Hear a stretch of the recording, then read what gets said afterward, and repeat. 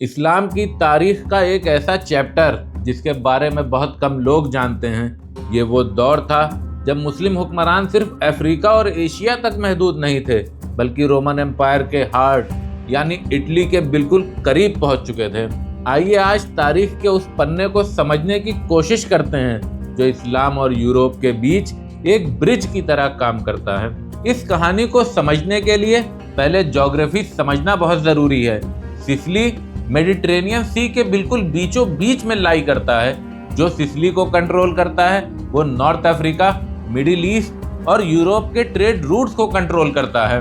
9वीं century आते आते Roman empire, जिसे बाइजेंटाइन एम्पायर भी कहा जाता है, बिल्कुल कमजोर हो चुका था और अफ्रीका में मुस्लिम पावर्स उभर रही थीं।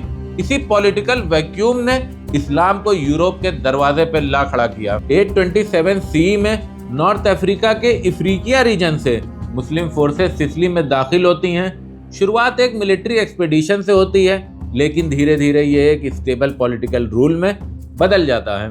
831 सीई में पहले पेलेर्मो फॉल होता है। 878 में सिराक्यूस और 10th सेंचुरी आते आते पूरा सिसिली मुस्लिम रूल के अंडर आ जाता है। पेलेर्मो, जिसे उस वक्त बालार्म कहा जाता था, यूरोप के सबसे बड़े और रिचेस्ट शहरों में शामिल हो चुका था। जब यूरोप के कई हिस्सों में अर्बन लाइफ डीके कर रही थी, सिसिली एक वाइब्रेंट, प्रॉस्परस और प्लान्ड रीजन बन चुका था। इस्लामिक इन्फ्लुएंस सिसिली तक ही लिमिटेड नहीं रहा। सदर्न इटली के कोस्टल एरियाज में मुस्लिम नेवल बेसेस, ट्रेड सेटलमेंट्स और कुछ जगहों पर शॉर्ट टर्म मुस्लिम रूल भी रहा। ये रीजन कोई हार्ड बॉर्डर नहीं बल्कि एक कॉन्टैक्ट जोन था, जहां इस्लाम और क्रिश्चियनडम टकराते नहीं, आपस में इंटरेक्ट करते थे। ट्रेड, डिप्लोमेसी और नॉलेज एक्सचेंज यहाँ नॉर्मल बात थी। सदर्न इटली इसलिए भी इम्पोर्टेंट है क्योंकि ये बताता है कि मेडिवल टाइम्स में सिविलाइजेशन ज्यादा कनेक्टेड थी, जितना हमें बताया जाता है अक्सर उससे कहीं ज्यादा। 870 सीई में मुस्लिम्स ने माल्टा पे कब्जा किया।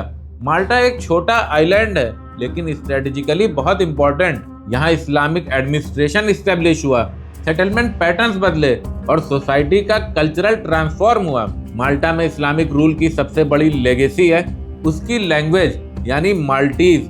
माल्टीज यूरोप की इकलौती नेशनल लैंग्वेज है जो अरबिक से निकली है।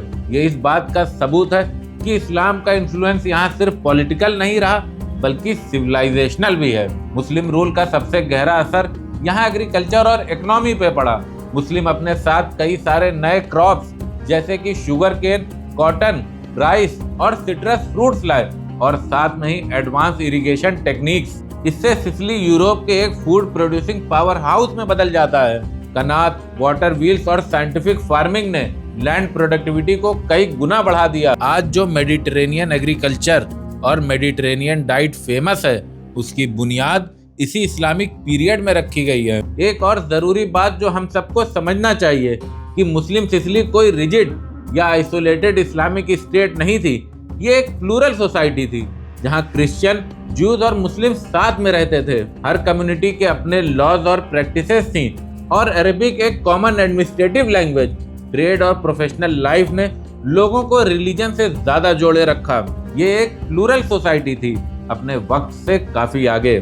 11th सेंचुरी के एंड तक नॉर्मन फोर्सेस सिसिली और माल्टा पे कब्जा कर लेती हैं, लेकिन इस्लामिक सिविलाइजेशन यहाँ से अचानक गायब नहीं होती।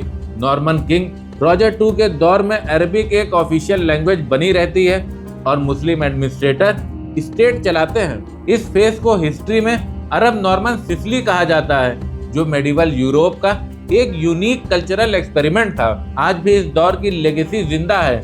सिसिली के आर्किटेक्चर में इस्लामिक डिजाइन, फार्मिंग सिस्टम में मुस्लिम टेक्निक्स और माल्टा की लैंग्वेज में अरबिक वोकैबुलरी और ग्रामर मौजूद है। इस्लाम यहाँ सिर्फ रूल करके गया नहीं बल्कि यूरोप के कल्चरल फैब्रिक का हिस्सा बन गया। सिसिली, माल्टा और सदर्न इटली में इस्लामिक रूल हमें याद दिलाता है कि तारीख कैसे बदल जाती है और कितनी बदल जाती है, इतनी कि वो पहचानने में ही नहीं आती। शुक्रिया। इस्लामिक तारीख से जुड़े ऐसे और अनकहे और अनसुने पन्नों को जानने के लिए चैनल को सब्सक्राइब कीजिए और वीडियो को लाइक और शेयर करके ये जानकारी लोगों में आम कीजिए। शुक्रिया।